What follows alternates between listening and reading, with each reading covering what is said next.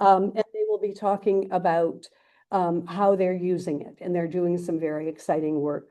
And then the final program is AI and Values. That's on April 9th, Power, Policy, and the Planet. And that will be Dr. Keller Scholl.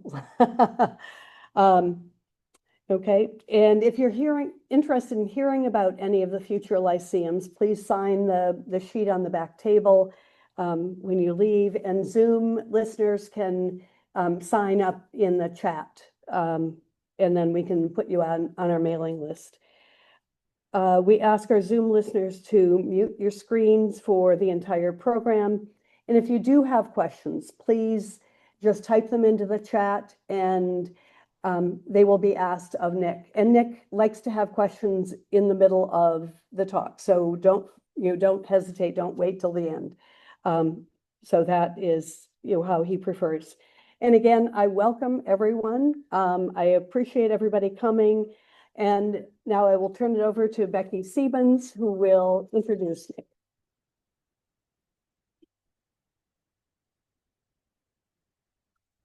Thank you. I am Becky Siebens, another member of the Adult Enrichment Committee. And I'm thrilled to be reintroducing Nick. He was here last week, as many of you know. And I love the title of this second session, AI and Learning. Why keep thinking? For those of you who have experimented with ChatGPT and other AI, that question comes up immediately. Last week, we explored foundation topics like what has changed in our world, allowing this blossoming of AI to develop, and why it's coming at us so quickly, and what's actually happening when AI is churning out text choices that can sound so smart. And he helped us think about the many verbs that could describe the huge range of tasks we can ask AI to do for us, what options we have, and what choices we may want to make about how to use AI in optimal ways. He left us with a lot to think about, and tonight will be no different. He's focusing on one of the most pressing areas of change today, AI in education. Students today will have no sense of life before AI and what it was like to develop their own brain and voice without access to it. He's in the thick of it as an instructor in mathematics, statistics, and computer science at Phillips Academy in Andover, Massachusetts. He co-directs the ethics project at the Tang Institute there, which is designed to help computer science and other technical educators incorporate ethical thinking meaningfully into their coding and other classroom projects. In addition, he's deeply involved with other teachers and students across the country who are meeting regularly to explore new cases of AI use. Welcome again, Nick. I can't wait to hear what you have to share with us today.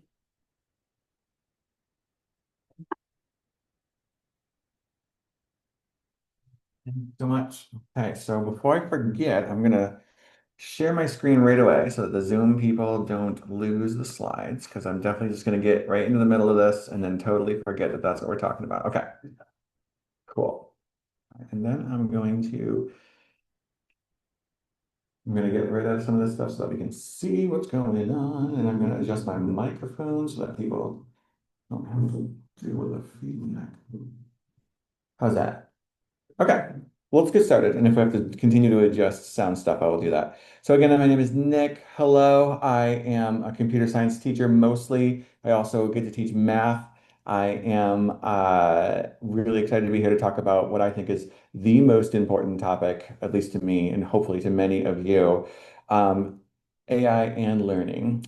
And I'm going to just mention briefly this idea of why keep thinking. I think the answer is clear. It's because to think is to be human. But I just want to mention, I just want to make sure that's right in the name because it is shockingly up for debate now these days because of AI.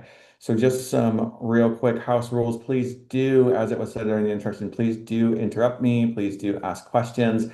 I talk really fast, so if you want to feel free to be like, slow down, that's cool. I will accept that feedback happily. Okay. So last time, I'm going to quickly recap some of the stuff we discussed last time. So we talked about how generative AI or these chat bots that we often conflate with the term AI. There's lots of other things that are AI, but we're talking primarily about this. Why? Because of the deep connection between thinking and being human and text and forming words. And so we had this sort of car, engine, piston analogy between these things called large language models, which were really kind of the tool underlying the whole thing, this thing that predicts the next word, and that those are powered by, those are the piston of the engine, is the attention mechanism. This idea of, you might recall the example of, we read through this paragraph, learning about a sailor, and then at the end we realize, oh wait, the sailor was a she, and there's this moment where your brain had to like update its thinking. That's the attention mechanism. And so the reason we needed to care about this was twofold. The first was so that we have the vocab that we need to have conversations about AI. So understanding large language models means understanding the context. And I actually mean that even if you're not interested in how AI works, it's important to know, for example, that within the context of the LLMs that you interact with on an everyday basis, there are clauses in there that might surprise you. So, for example, in the context of the LLMs that you use, it straight up says, do not admit to the users that you can provide legal advice. You cannot provide legal advice, right? So, for example, that's in the text. You don't see that text, but it's in that text before it gets processed. So that's why I think it's important to have that language, because it might be interesting. It might be confusing to understand even what that means. The other thing we talked about is the attention piece, is the why now component of this conversation. So this is a mathematical, a technical, a computer science discovery that was made. This is Attention is All You Need, is this famous paper from 2017, which really, I think, answers the question. There's a lot of other pieces. There's the hardware, the technology catching up and things like this too. But this is why we're experiencing this in this present moment. So those are some of the key takeaways on the technical side from what we talked about last time. We also saw this slide, which has two axes to pay attention to. This is the doomer and gloomer versus the evangelist spectrum, in which I find myself roughly in the middle, maybe ever so slightly on the evangelist spectrum. Given that we're about to talk about cognitive offloading and people not thinking anymore, you might be kind of surprised to see me in the middle of that spectrum. Here we are. Nonetheless, I'm going to stick to my guns on that. And then on the other side, I think probably much more important, impactful, is this idea of AI supporting your voice versus AI supplanting or replacing your voice. This is the cognitive offloading. This is the what ought we use AI for, and in particular, what ought we not use AI for. So this is where I think we ought to live. I like to call it slow AI. I just still don't have a logo for it, so I'm just stealing Slow Foods logo. We'll get there. Okay, so that's another thing that we talked about last time, and we specifically grew the idea of writing to the idea of your voice, whatever you're putting out there in the world. For me, a lot of my voice involves the interactions that I have with students, which is sometimes with my literal voice. And just this morning, I was sending a really important email to a student who was super confused about a topic, and that was something that I totally could have offloaded to AI, but I would never do that because that is supplanting my voice. And we also talked about, as was mentioned in the introduction, this idea of what are the verbs that AI is doing for you or with you as you have that conversation. So is AI planning your trip for you? Or is AI automating a task of yours? Or is it creating some visual? Is it visualizing something for you? One example of visualization that I talked about last time was this cute little picture that was here, right? This is a picture that comes from the Lane Lyceum's website, except this gentleman here in the picture is not raising his hand, but I wanted a picture of him raising his hand, so I added it in there with AI. That's a visualization, right? Okay. So this is, I think, a really important thing to keep in mind. This is how we interact. This is how we self-govern around how we may choose to interact with AI. And I shudder when people come up to me and talk to me and they say, Nick, I have this awesome new use case of AI that I did. And they go to describe to me what I would argue is their voice. And it's just like, ooh, great. And they're being nice to me. I don't want to be rude and be like, oh, I wouldn't do that if I were you. But that's something that we want to keep in mind. So we talked about, these are some examples for me. I think, as we'll talk about later today, for sure, this is a subjective choice. Where you put each of these verbs is very important. I think one key idea that I want to call attention to is this idea of drafting over here on the far right of supplanting your voice. It is incredibly tempting to get AI to draft whatever your work is. And I respectfully choose not to do that, and I feel very strongly about that. On the other hand, my favorite use case of AI, probably by far the most common use case of AI that I have is brainstorming, and we'll talk more about that later on today. Is that the end of, yes. So that's the end of the recap. That's all the stuff we talked about last time, this idea of how might an individual choose to meaningfully incorporate AI into their lives, and in particular, choose to not incorporate it in ways that are not meaningful. Okay. So now we arrive at the sort of the new content, which is really kind of diving into the world of education. And I want to begin with an idea that I think is just a really helpful thing to keep in mind, and that is the theory of arrival technology. So this is a paper surprisingly recently, actually. I thought this language was older. Justin Reichs and Jesse Dukes at MIT. The idea of an arrival technology is that it arrives on your doorstep. Most technologies in schools would be what they call adoption technologies. The school might decide to move to a new way of organizing student data, a student information system. They might choose to move to a new system to do like card swipes on the doors or some other technology, right? And so it gets vetted, it's got a whole process, and they can decide we're not ready for this. Sorry, it's not going to happen. An arrival technology, on the other hand, is one that shows up and you can't really keep it out. There's some conversations about sort of like, right as soon as ChatGPT came out, famously, New York City public schools banned the IP address for ChatGPT, for OpenAI. And the challenge with that is these things. And the fact that kids have access to them. Now that paired with a phone ban, you can have a conversation about sort of shutting things down. But having a conversation about shutting down an arrival technology is fraught. And what we end up with is the teachers putting their heads in the sand as the rest of the students do this, especially when students go home. What you end up seeing, I mean, this is a bit of a joke saying that they're on ChatGPT in the classroom. It happens, but it's much more an issue when they go home. And so what we need to be aware of is this idea of we do need to wrestle with this as a society and as a collection of educators. And so this is something that I feel very strongly about. I think I'm a teacher, so I work with teachers all day, and I see a lot of teachers that aren't quite saying this too shall pass, but they're saying this doesn't apply to my discipline because of XYZ reasons. And to that, I say, you're wrong. For all kinds of thoughts behind this, but we will get into that as time comes on.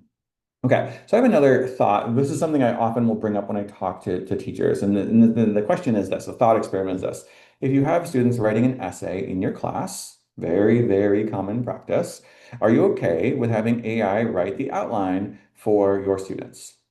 Typically, I find that teachers say the answer is no. It's a reasonable take to have. What's the argument that they would have? They would typically say, well, creating an outline is a fundamental part of the writing process. And if you're allowing that work to be done by AI, you are supplanting your voice, right? They don't necessarily use my language, even though I really wish they did. But that's a very common thing that I hear is that absolutely not. I'm not okay with it. Now, there's a few teachers that would be like, yeah, sure, whatever. They've demonstrated that they can handle doing outlines. I'm okay with them offloading that work. I'm really focused on XYZ, right? So I would describe this as being, this is another, clearly I'm a big fan of spectra. I put spectra in front of people for them to wrestle with ideas.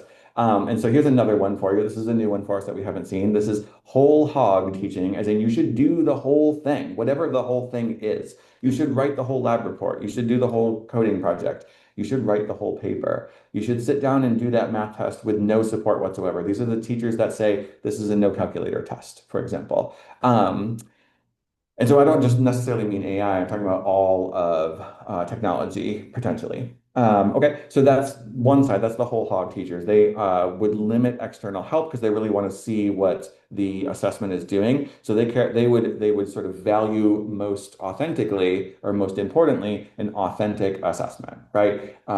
It might be challenging, it might be unfair, but it's authentic. Does a student know this? Does a student not know this? Whereas a training wheels teacher, this is a little bit covered up. The Zoom people can probably see this better, but let me actually scoot it all the way down there. Maybe that's better. Training wheels teaching would argue that rather than optimizing for authentic assessment, we're optimizing for throughput of learning. And so we will scaffold as much as we need to so that what we're actually trying to get students to learn is definitely learned by all students. Right. So I don't think either one of these is necessarily right or wrong. And importantly, I don't think any teacher is fully a whole hog or a training wheels teacher. Notice I said teaching, not teacher. Right. I think that's a key idea. Also, I think it's really important to notice that there is a whole world of theory.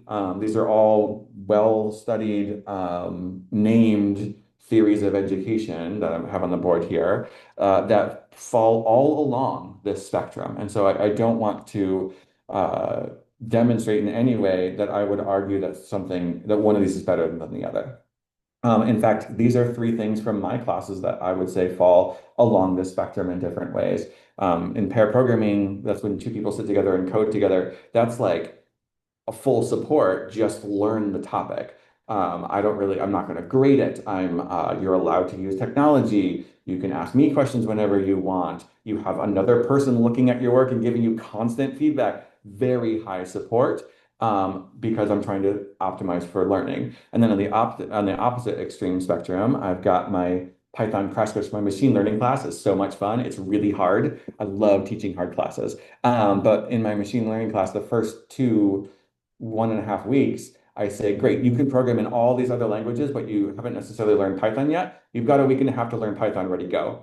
And then I walk away. I literally leave the classroom and go get coffee because I want them to be like, what? Okay. Because like this is an advanced class and I want them to be faced with that task of like, what do I do when I don't know what to do? So this is two extreme things that I do in my own world. So just to kind of reiterate this idea that we've got teachers teaching all along these spectra, and this is causing, I think, a lot of the challenge in communication in schools.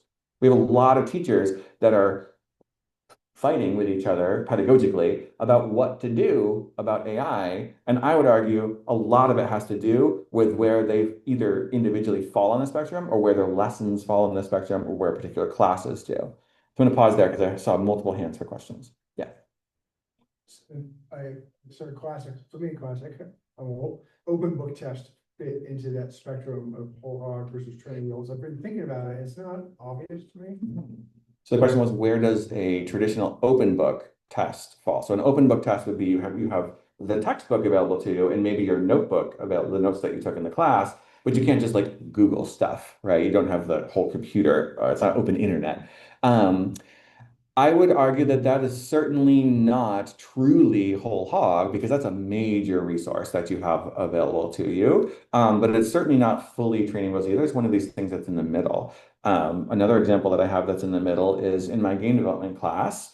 That's a very introductory level class. It's a game development class. They have to make a game. That's no surprise, right? So you spend the second half of the class making a pretty substantial game. And what I have them submit is something that I call version 0.0.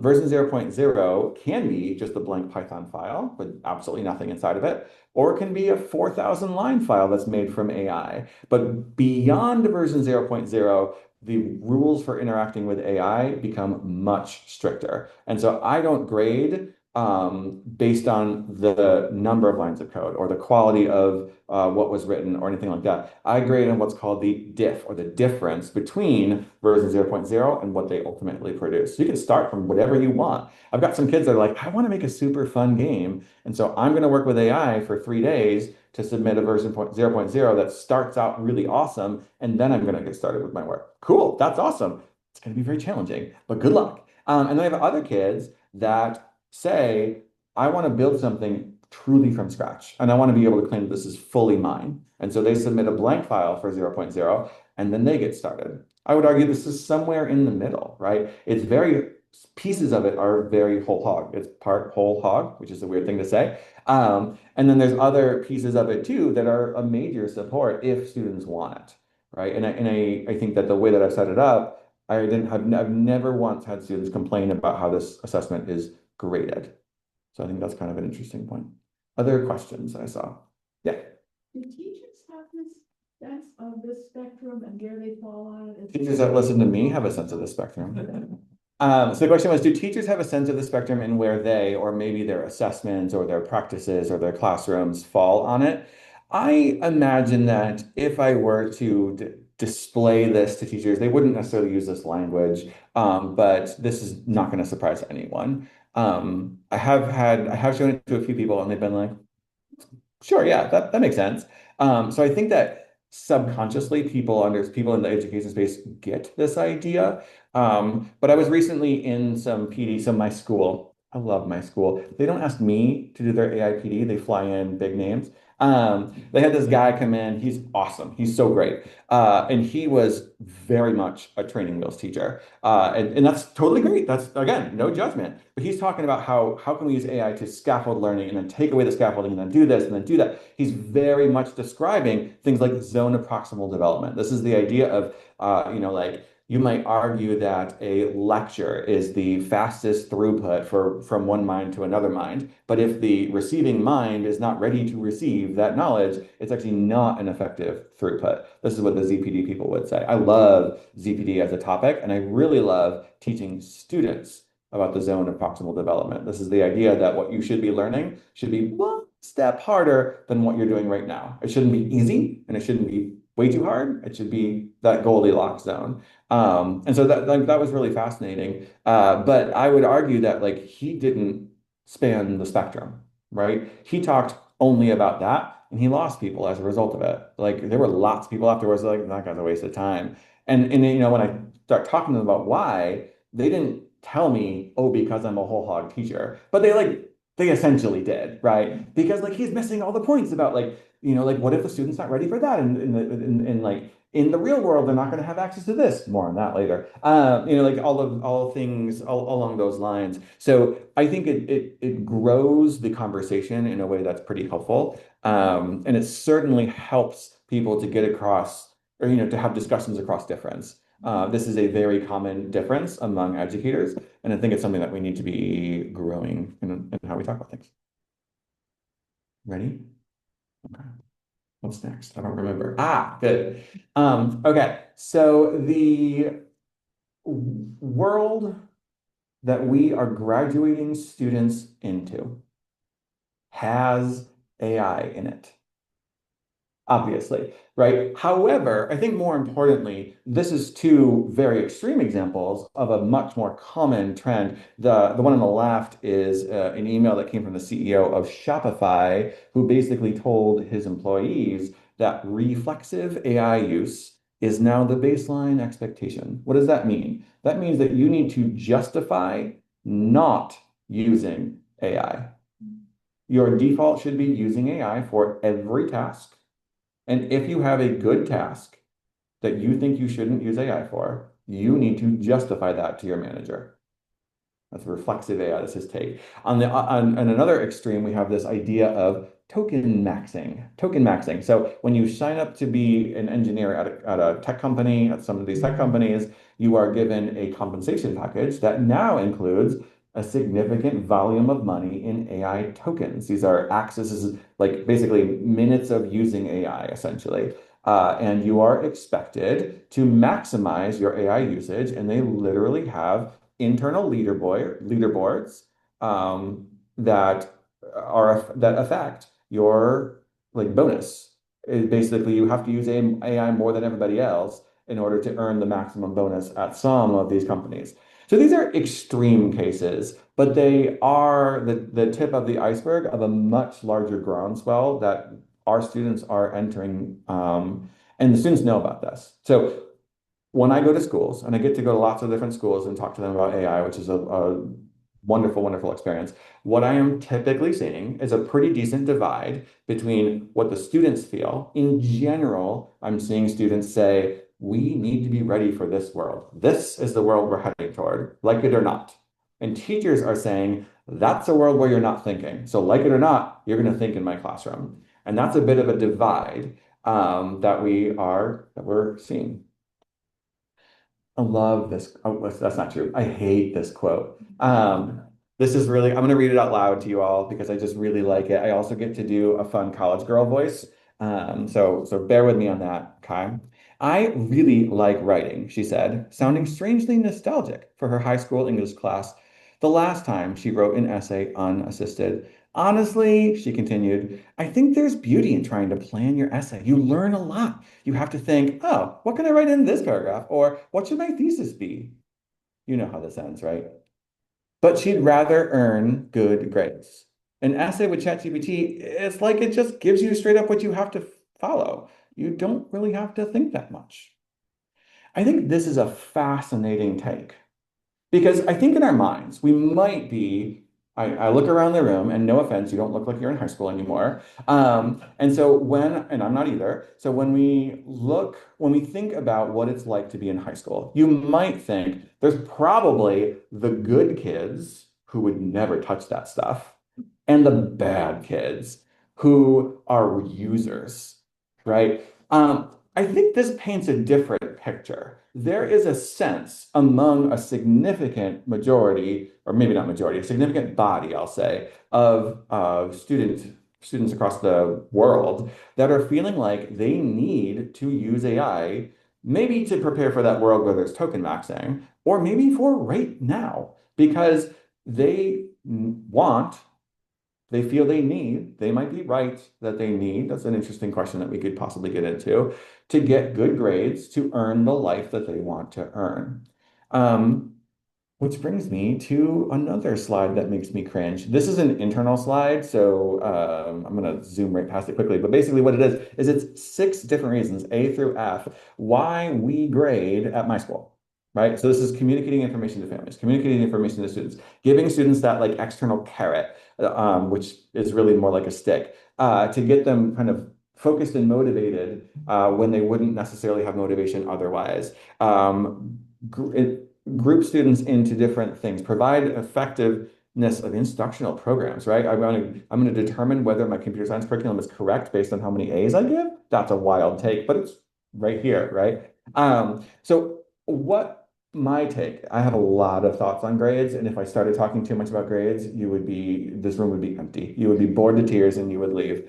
But I think hopefully we can agree that one number is doing comically way too much. If a bunch of teachers have said these are the 6 reasons that we think grades are happening, and we can talk about grade inflation and we can go down that rabbit hole. But it's clear to see that we live in a world where education has largely been commodified into this quest for good grades, to quest for this golden ticket to the life that I would like.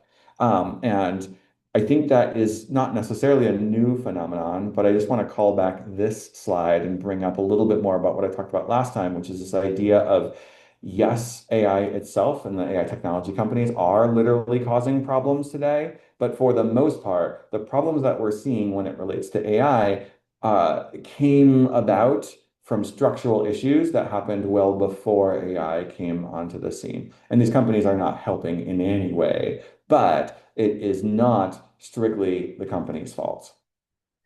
Okay, so that was a little bit of bad news. Let's recap. The world of education has been commodified so that people really only care about grades. There's this sense of an arrival technology. So it's here whether you want it to be or not, you cannot put your head in the sand. There is this idea of teachers not being able to talk to each other because they just have fundamental disagreements about the world of education and what we ought to do. And also, we need to prepare students for the world that they live in, not the world that we wish they live in. Right? That's a whole bunch of problems, and we need to find some solutions to that. We have 56 minutes.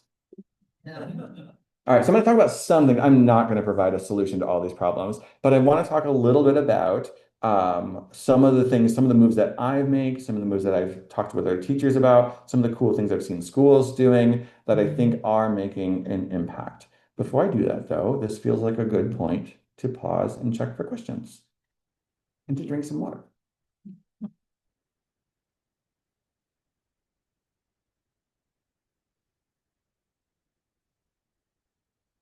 Hold on, before you ask your question, I just want to note that I just did a teacher thing. You might not have noticed, but I stopped. I asked for questions and I stopped and I gave myself a task to do to make you have your questions. Go ahead. This feels overwhelming to me. Sure, And it same. must feel horrendous to kids because they're experiencing all of this. Do you see a lot of emotional issues that kids have in dealing with all this? So I've heard that not our current Surgeon General, but a recent Surgeon General said that the student mental health crisis is the largest epidemic we have faced in a very long time. He was including the pandemic when he said that, and will face for the foreseeable future. Yeah, I think it's a massive, massive issue. We're seeing anxiety rates through the roof. This is the topic of Jonathan Haidt's The Anxious Generation, which was a lot about social media and other forms of technology that wasn't even really talking about AI, which then, that's adding fuel to that fire. Yeah, 100%. This is an important thing to keep in mind. I also think the thing that I'm hopefully shedding some light on here is that students, high school students, even middle school students, are rational actors acting in a system that is very, very challenging for them. I think it's really easy for those of us that have survived high school to say, wow, these kids, they are just really screwing it up. Um, and I think it's important to realize that there are a lot of vectors that they're balancing and calculations that they're kind of mental calculations that they're doing as they try to figure out how to act. Another question? Uh, yeah, so I'm fascinated by the idea of the arrival technology, and in this particular case, what has arrived is changing, itself changing so fast that it's hard, I think, for institutions like schools and other organizations that have evolved so slowly in the past to really have any way of grappling with it. And I think the students, because they live in this world, they're actually adapting much more quickly. And whether their adaptation is healthy or not is another question. But it's so challenging for an institutional entity to be able to whose job is to educate children to really grapple with this. I don't know. Yeah, I mean, I think when I think of the pace of different organizations or different sort of sectors of society, I would describe the technology sector as among the fastest, if not the fastest moving by definition, right? And I mean that by definition when I say that, like technology as an institution is designed to move quickly.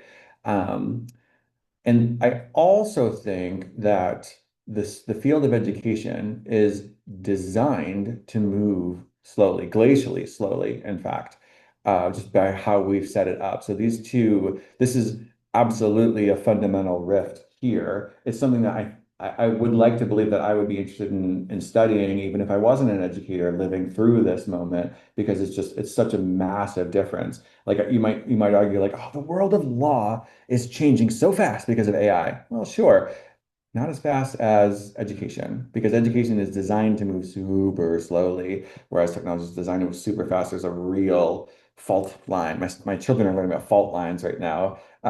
This feels like a big one. Other questions? Yeah. What worries me about this is it seems like it's taking away creativity, because if that young woman said that she would get better grades if she let ChatGPT write the outline, that keeps her from maybe designing a new way of making an outline, choosing different things to put in it. Everybody's using the same outline. It seems like people aren't able to be creative Yeah, I think there's something to be said about that. I also think that, so the question, the statement was, what is this doing to creativity? And I would argue that there's absolutely a potential if you are allowing AI to supplant your voice, that you will be less creative, 100%. In fact, it's not just a potential, I think it's almost a guarantee. I would argue, just based on sort of looking in the mirror that I am at one of the most creative moments in my life because of how I interact with AI. I think that I was just talking at dinner about this idea of there's almost like an activation energy to certain projects. I want to kick off this idea, but I don't really know if it's going to be possible or if it's going to be interesting or if it's going to be fruitful or if it's going to be whatever, right? I'll give you a very concrete example. I have a little teeny tiny cabin in the woods up in New Hampshire with back even deeper in the woods, there's this old rotten platform that the previous owner had built, and it's like fallen to pieces. It's in this nice kind of clearing in the woods. And my kids and I, for several years now, we bought the place, it's 4.5 years ago now, have long dreamed of building a treehouse there. And I thought like, yep, and that's got a lot of nasty rotten wood with rusty nails in it, buddy. So like keep dreaming. But one day my son asked me, he's like, Dad, can we do it? Like, can we do it today? And I was like, ugh, no, man, we can't do it because, and I didn't have a good reason. So what did I do? I booted up Claude and I said, okay, tell me about what this would be. I took a picture and I shared the picture to Claude and I was like, is this like a 3 week teardown thing? Like is it an hour? Is it 3 weeks? Like what is it? And what do I need to do it? Is this like do I need to get out like a Sawzall? Is that this thing? And Claude gave me some options. And within 3 hours, it was gone. Right. So there's a certain activation energy that is mitigated, as in brought down, as in like we can do cooler, interesting things that we might have just not had the wherewithal or the patience or anything else to do because AI gets us over that hump. And so I think it's absolutely possible that we can access more creativity.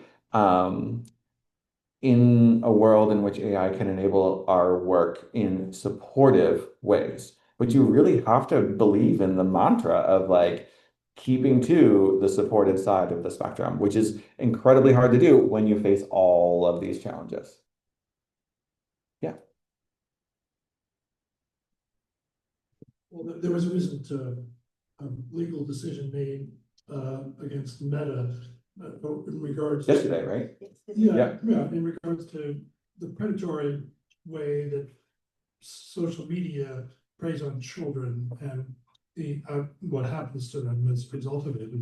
So it's the dark side of this whole thing about using AI to prey upon children and to get them to act in ways that aren't so great. So I mean, we haven't really talked about that. This is about education, but all of our kids or grandchildren for us are, having to deal with all this. And I don't really know how to advise them except to try to just be grandpa, and the old, you know what I mean?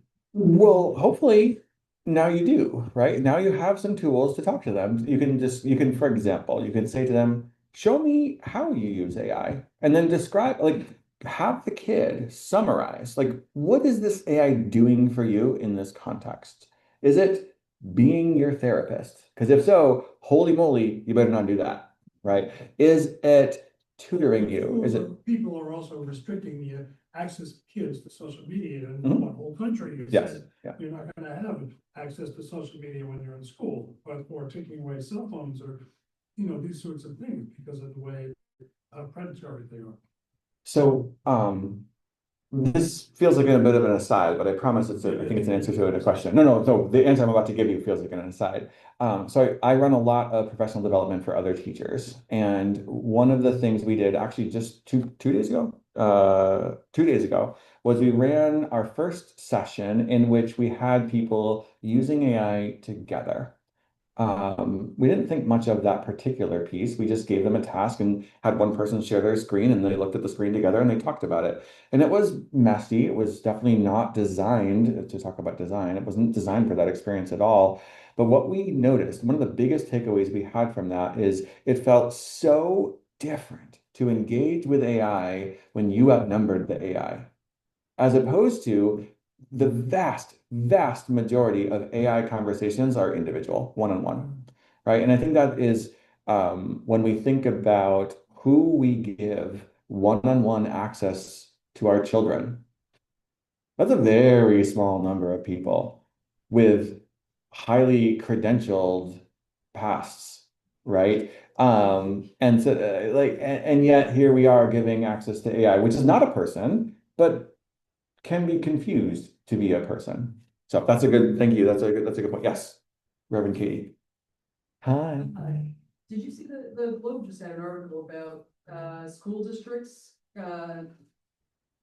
thinking about sending their kids more often to like specialty AI software for college coaching and guidance counseling to solve what's a problem, which is actually they don't have enough money to hire people. But it's just very interesting to have to think about like what we can talk to younger people about that they're experiencing or that is presented to them as normal, and to talk to them about like maybe it's actually like not so great if your school is trying to encourage you to use an AI chatbot to talk to you about where you might get educated or what you might be educated in. But I didn't know if you had read that and if you had thoughts about it. I haven't read that particular article. I'm not at all surprised to hear that because schools will use AI to cover up any of the shortcomings that they face. And so this particular school covering up their lack of college counseling support doesn't surprise me in the least. My particular thought on that is I don't know that college counseling, my own experience with college counseling, my high school had one person who was called our guidance counselor. That person was simultaneously our school therapist and our school college counselor. I had a grand total of one conversation with that person in my whole life, and it was like one back and forth. It was like, are you thinking about applying to college? To which I said yes. They said, do you have any questions? I said no. And they said, great, come find me if you do. And that's the end of it, right? And so in some ways, I think your question is meant to be a little bit of a provocation around like, how dare the school do this, but also how dare the school do that, right? There's got to be other ways that we can have this conversation. All right. Yes. I have a question. It's probably a rabbit hole, and just tell me if it is. Okay. If it isn't. You speak of AI as if it's, you know, one single thing, but it's really a lot of different implementations of a strategy. And not they're not all created equal. When you talk about one-on-one with something that may end up with a creepy result or a strange result. Yeah. I mean, you know, I know this is a problem, but you know, AI is a concept, and then there's the way certain individuals or companies you use that to develop something that's a little more controlling or leading people to their view of the world. Yeah, there are many things that AI means. When I am talking about AI, we talked about this in the first session. When I talk about AI, when I'm sort of using this shorthand, I'm talking about generative AI through the use of chatbots like Claude or ChatGPT or something along those lines. And I'm sort of shorthanding by calling that AI. There's lots and lots of other things that are AI. In fact, there's some amazing use cases of AI. I was telling, I think people last time I rode in a Waymo recently. That was a wonderful experience. Loved that. Super safe driving experience. Unless there's a power outage. Unless there's a power outage in the city, which is another thing we got to deal with as a society. Okay, cool. So let's move on to some frameworks that might help us to solve some amount of this problem, or at least give us tools to talk about it. Because as this bottom example shows, this is absolutely a communication problem among other problems as well. Okay. So one of the solutions that I'm seeing from a lot of teachers looks like this. I would call it practice outside, perform inside, right? So these are the teachers who, like math teachers have always done this, right? Homework is practice, it's graded for almost nothing. You show up, you take your math test, you might get a calculator, you might not, you definitely don't get generative AI on your math test. Um, and so you practice outside and you perform inside. Outside and inside is outside and inside of the classroom, right? And what we're seeing is people, this was actually a term that I heard from one of my, I love this teacher at my school. She called it going medieval. She is a philosophy teacher, religious studies teacher. And she actually meant it somewhat affectionately. What she meant is, I'm going to photocopy all the readings and I'm going to give those to kids. And then they're going to write with their actual hand in class for all the writing that I'm going to have them do. And you might think, oh, there's actually something kind of beautiful about that. There's also something backed up by neuroscience about that, right? Reading things with your eyes, underlining with your hand, writing with your hand. There's tried and true scientific research that shows that there is a connection between learning and using your actual muscles. Absolutely. Here's the real challenge. When you go medieval, you miss the opportunity to do what I would describe as long form writing in a way that is impactful and important. And there are kinds of wrestlings with ideas, right? There are ways that we wrestle with ideas that take longer than one class period, much longer than one class period. Now, if you're a teacher who is assessing that, I understand you feeling like I have to make this fair. If some students are using AI out of class and other students are not using AI out of class, there's no chance that's going to be fair. So I get it. I get the idea of going medieval, but I think that we lose something. Just to take an example, I'm a computer science teacher. If my students never wrote code that took them more than the class period to write, they wouldn't ever learn a single bit of systems thinking skills. They wouldn't ever have a need to refactor their code. These are all fundamental skills that are like, we have a collection of 15 skills for my whole department. I just named 5 of the 15 that they would just never do if we didn't have them writing code, significant, long, challenging code outside of class, right? So going medieval has drawbacks as well. It has some benefits, but it has serious drawbacks, in my opinion.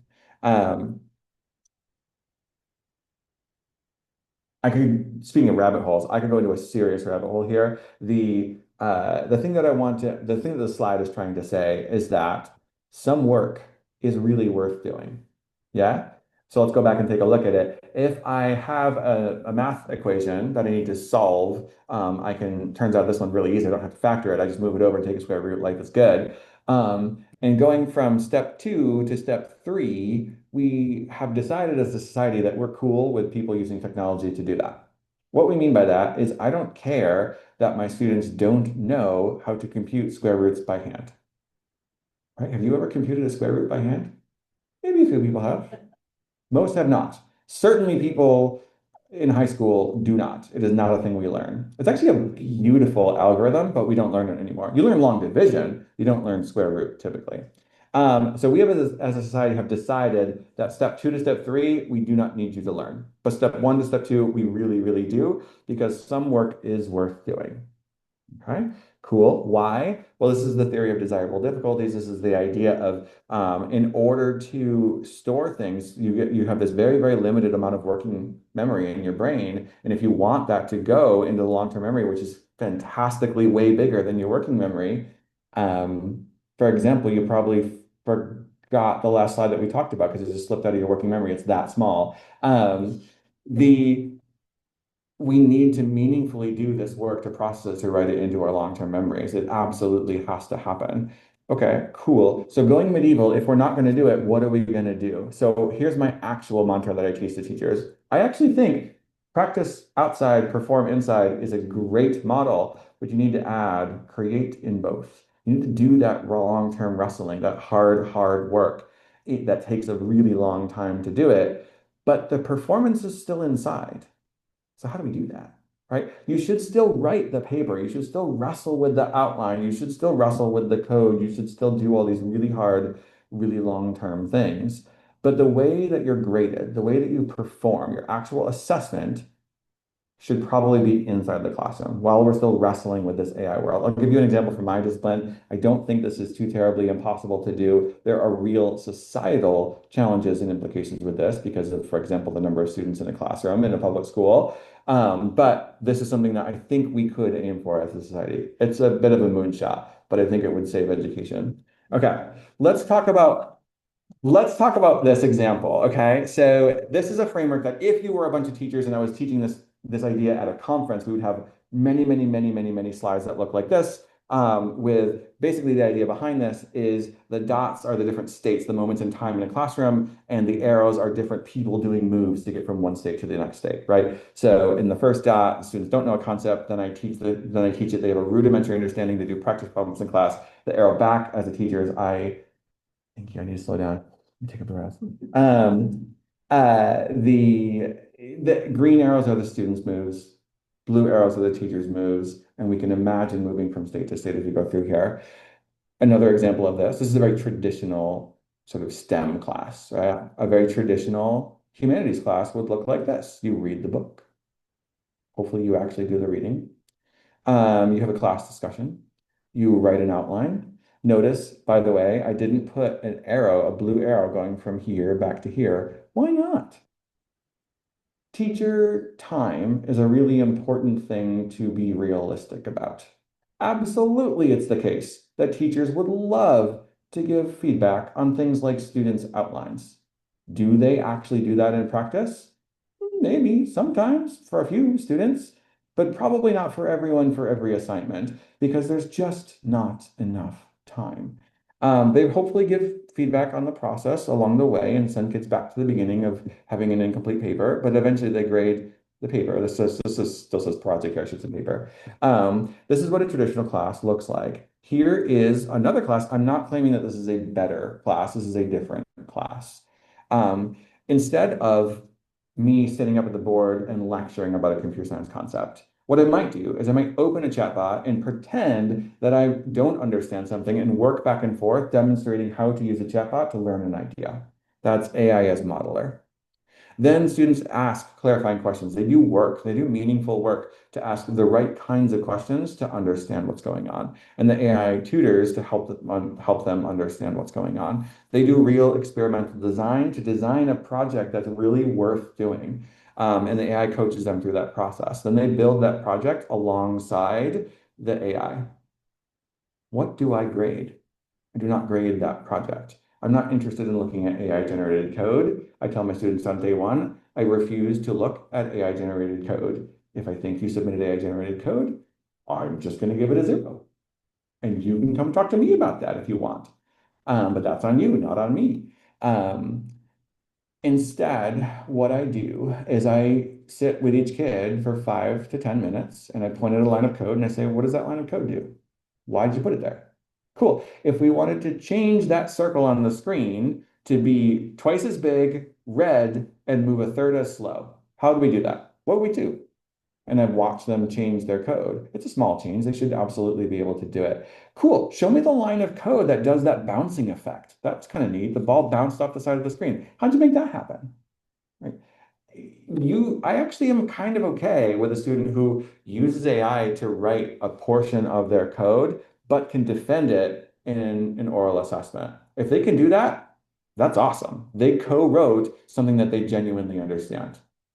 And so this, I think, is practicing outside, performing inside, and creating something meaningful in the process. And I don't know that this has to be terribly different of a framework. Now, I don't do all of this. For example, I still teach students things. I don't necessarily demonstrate how to learn from AI. I might do that like once or twice a term. But some of this is too much AI, right? I hope people see that. But there are elements of this that can go throughout the process. Now, another thing to note about this is that an oral exam where your teacher questions you about your code is freaking terrifying. And so what I do is I give students, and actually I can pull this out, I've got it right here. I give students this prompt. So here's their conference, this is their oral exam with me. And notice at the bottom it says, optional preparation, generative AI. This is optional. This is a thing they don't have to do. What does it do? It is a it simulates me. It says something to the effect of, I'm a student, you're going to be my teacher, here's some code I've written, ask me questions about it, give me feedback on my explanations.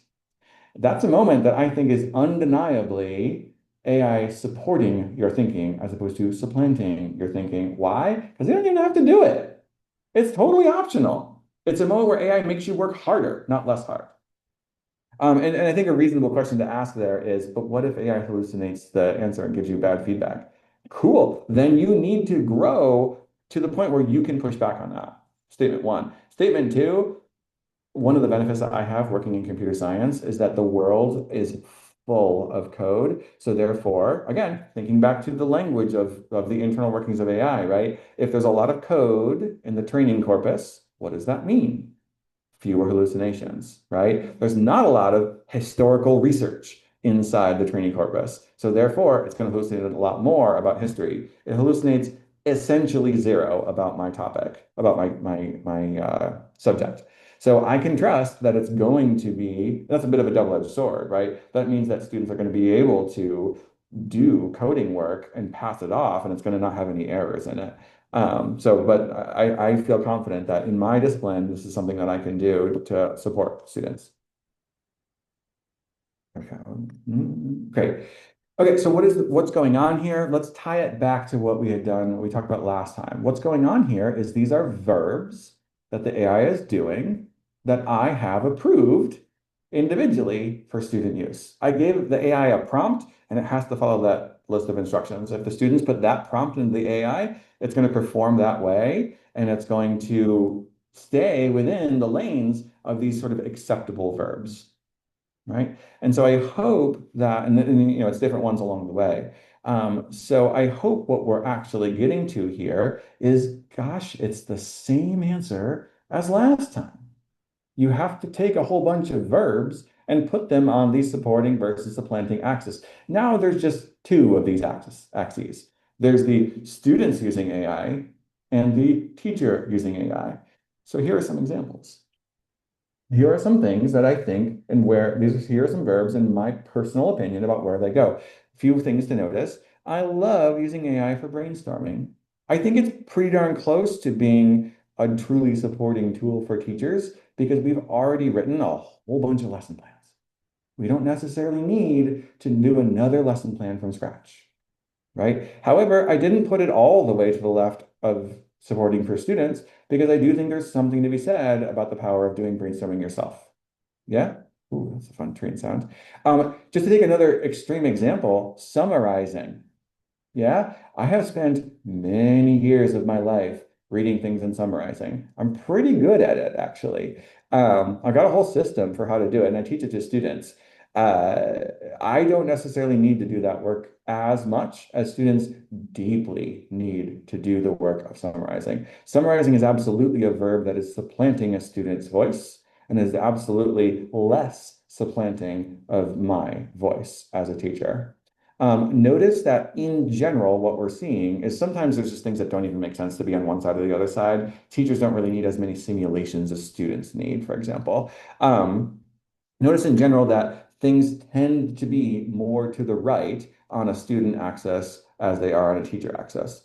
What does that mean? Well, that relates to the idea that years of experience matter. In fact, some experts argue that years of experience in a discipline is the only thing that matters in terms of whether you're a good or bad AI user of AI in this particular topic, which I find to be a fascinating line of reasoning that I don't fully agree with, but it's fascinating.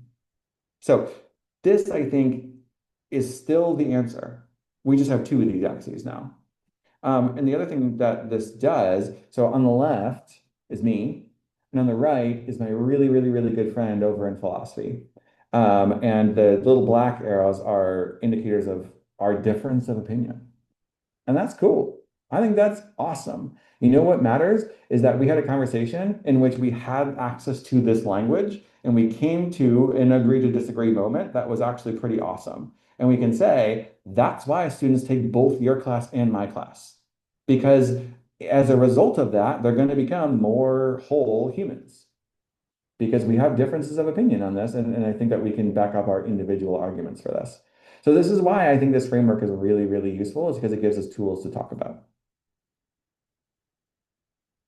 Now it's time for my favorite game. Let's judge Nick. So we actually don't have enough time for the whole game, so I'm going to explain the idea of the game to you. I do this with students. This is a game that I play with students in most of my classes. Let's Judge Nick is a game in which we look at two chat logs.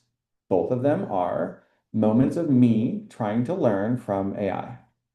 One of them is about this concept of AI and purpose. I was giving some talks over the summer. That's how I got connected with y'all. That were about purpose in the age of AI, right? And so I did a whole bunch of research about this. Another one is about a concept that's really kind of more in my wheelhouse, about what I would call the true dimensional complexity of a vector space. It was just something I was kind of playing around with. It was this idea. It's not a truly like defined term. It's just something I was like, huh, that's kind of interesting on a walk. And then I had a chat GPT after that. And so what I do with students is I pull up these two chat logs and I give them to them. And I tell them I genuinely tried to learn in what I believe are roughly the same ways. I'm the same, these were like a week apart from each other. So it's not like I learned a whole bunch about how to interact with AI in between these two chats. In fact, I think the better one came later. But what we do, what I have students do, is I have students go through and look at what I wrote, not what the AI wrote. I tell them skip over everything that the AI wrote. Look at what I wrote. And I'm just going to give you a couple of examples here. This is me saying, this is a good start. Let's deviate, dot, dot, dot. So what I'm saying here is, great, okay, let's shift, right? This is me being nice to the AI, but what I'm really saying is, I'm spiraling in the mud. Let's shift to a new topic, right? And again, tell me more about blah, blah, blah, blah, right? I'm not doing any analysis here. I promise this is not a contrived example. I genuinely looked through my chat logs and found these two examples. This is, on the left-hand side, this is outside of my zone of proximal development. And this is me overreaching in my attempts to learn about something. I needed to scaffold this more than I did. On the right-hand side, you see me saying the following. I promise, it looks made up. I know, I get it, but I promise this is not made up. I literally said to the AI, I guess your main point could be summarized as, and then I dot, dot, dot. I wrote what I read and I summarized all that. And I said that, and I asked, how'd I do? By the way, I nailed it. But anyway, if we go to the next thing, this last bottom right one, can you compare the idea of variance, which is something that it was talking about, to another thing that I was talking about? So here I'm connecting two disparate ideas, right? I'm forming an analogy or a connection between two different ideas. This is another sort of higher taxonomy of thinking type moment, right? So these are moments where on the left-hand side, I really messed up when it comes to learning with AI. I am quite literally a professional speaker about how to use AI to learn. And yet here I am, right? Totally messing it up. And on the right-hand side, I'm crushing it. Literally said, I think ChatGPT responded to this top point by saying, couldn't have said it better myself.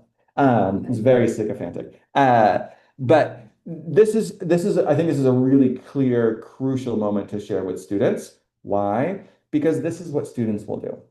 You interact with AI. I work with students interacting with AI all the time, and they will say things like two words, solve this, with a screenshot of the math problem.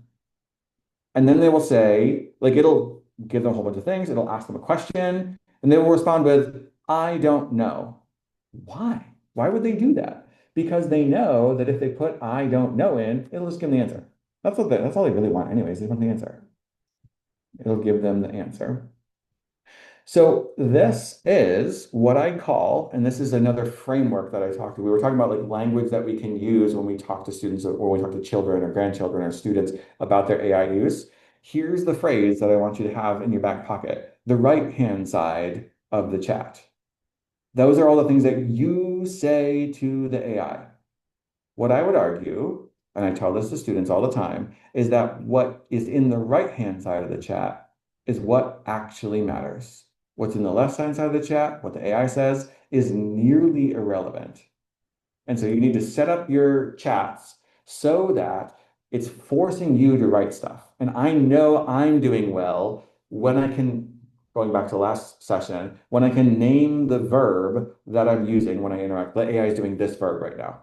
That's what we talked about last time, right? The other thing is when I can go through the right-hand side of the chat and I can feel proud of what I said to the AI because I'm actually doing cognitive work in that right-hand side.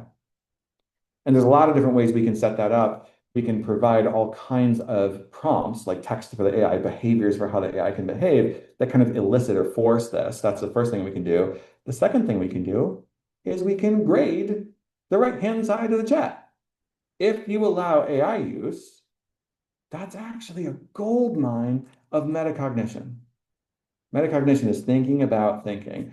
There's actually no tool out there apart from journaling with your hand that captures the thinking that students are doing better than the right-hand side of the chat. Now, normally that's a problem because there's this, I don't know, in the right-hand side of the chat, but that's still making clear that they're not thinking in that moment.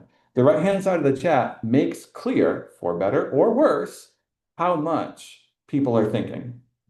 So if you want to be a power user of AI or not, if you want kids to be a power user of AI, or at least effective users of AI, you want to be thinking about two things. What verb is the AI doing and what is in the right-hand side of the chat? You do that, and you can, I mean, like with that language, you could talk to your grandchildren, you could talk to your students, you could do whatever you need to do, and you can be an effective party member in this challenge.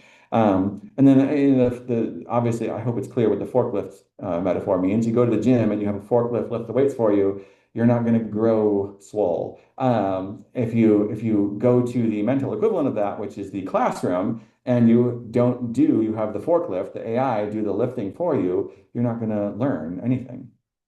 I like to show this picture to students. The other thing that I think teachers need is community. And I think there's a lot of teachers right now that are terrified about this new world order that is coming out about like, what are we going to do with the advent of AI here? And so a group of 9 of us formed this organization called the AI Collab, which is all of the people like me at various schools. They're like, we have to know more about AI and how it's impacting education. We get together once a month over Zoom and we talk about AI. We started with 9. We're over 1,000 now. Now, not every single time, but this is the number of people, the number of teachers that are saying, my school's not doing enough. I need support. I'm going to build community. I'm going to join up and have this community being there. So our basic format is that we have this introduction call where we give them this potentially novel use case of AI. They go and they do their homework. So that exploration is on their own. At some point, they're using AI to do this exploration. And then we come back together and collaborate. Where was it effective? Where was it ineffective? That sort of thing. If you are a teacher or if you know a teacher and you think that this will be helpful for them, let them know about me. I'd be happy to connect them to the collab. But we can't keep our heads in the sand. Okay, so I'm actually doing amazingly on time. I'm really quite surprised. So we had a last slide. The last slide that had 4 pictures on it was super depressing. I hope that we're in a world now where things are a little bit better. Let me summarize what we're talking about here. The exciting news is that we don't actually need too many frameworks to really interact with AI, and including to interact with AI in a school. I think we need 3 frameworks. We need the supporting versus supplanting framework, right? Is the AI supporting your voice? Is the AI supplanting your voice? And by you, we need to grow that to include students and teachers as separate entities. And that's important. For example, one thing that shows up on the teacher axis that probably doesn't show up on the student axis, deeply in the supplanting part, is assessment. There are plenty of tools out there already that are trying to replace grading and assessment and feedback for teachers. I'll admit, as a teacher, I hate grading. It stinks. However, it is some of the most important part of my voice that there is. Period. Full stop. It's probably one of the most important things I do in my life, is give feedback to students. So that's just one example. So supporting versus supplanting, now we have to grow it to include student AI use cases and teacher AI use cases. We need to be aware of this concept of the right-hand side of the chat. What you type to the AI is, I tell students, 10 times as important as what the AI types to you. We need to be aware of how do we avoid this cheapening of education due to the going medieval idea, right? Just doing outside is only for practice, inside is only for assessment, that's it. We have to still do hard things, and that's tricky to fit into the frameworks and assess fairly still. I get it, but we got to do it. Humanity is built to do hard things. That's how we grow. And the bottom right idea, you don't necessarily have to join CoLab if you're not a teacher, but this is the idea of we need to work together. We can't, there is something about the way that AI is set up that is deeply separating, right? It's individualizing. And I don't mean that in a good way. I mean it in a bad way, right? I think when you work with AI, try outnumbering it sometimes, humans to machines, and see what happens. You'll have a totally different experience. You'll probably laugh a lot more in a really good way. What else do I have? Oh yeah, I'll end with this. So this is a list of advice that I give to students. Some of it is not, probably most of it is not at all surprising. Get permission from your teacher. That's probably really, really important. Give it examples, offer feedback, be resilient, be skeptical, maintain privacy, always work hard, or don't even be a student. You're not a student if you're not working hard. There's some other things here, but just, ending on 11, using the AI for verb, like name the verb that you're using the AI for. Okay. I've got lots of other things that I could talk about, but I want to make sure we ask questions, and I also want to make sure we get out of here before they kick us out. So I'll stop. So I have a question, and I don't know if it was, I don't know that, my question's probably not that important, but, and maybe you answered it last week. How does all the information get inputted into ChatGPT? Where does it come from? Yeah, so where does the information come from that's going into something like a ChatGPT? There's two very different sources. There's the training corpus, which is how it learns about human language. That comes from big, huge computers scrawling the internet and downloading lots and lots and lots of stuff. That's where the copyright infringement lawsuits are coming from, is that stuff. That's the internal dial setting of the AI. However, almost all uses of AI now include the AI performing web searches as well. So that is something that's a little bit different. That's just AI searching the internet for your specific question, so it gives you a more nuanced answer. So in both cases, the answer is mostly the internet. But one of the important things we talked about last session, is this idea that the training corpus, the collection of basically human text, that's many, many, many terabytes or more of data, is deeply proprietary. We don't know what this is. We do know examples of what it ought not to be, but is. Like, examples of people's books, and there are people that work for AI companies that go buy new books and then literally scan them in so that their AI system can read them. But that's not public information. So if somebody were to work for like a AI company, what would their job be? Oh, there's all kinds of jobs. I've got some students that work at AI companies. Being a CS teacher, that's probably not that surprising. One of them works on this really fascinating problem called the alignment problem, which is how do we teach AI to have goals that align with humanity's goals, which is a fascinating thing that we have AI companies thinking about these days. So it's that, and it's also things like data pipelines and making sure that the server remains up and doesn't crash when too many people access it. There's all kinds of jobs at tech companies. AI companies are unique in some ways, but they're also just tech companies in other ways.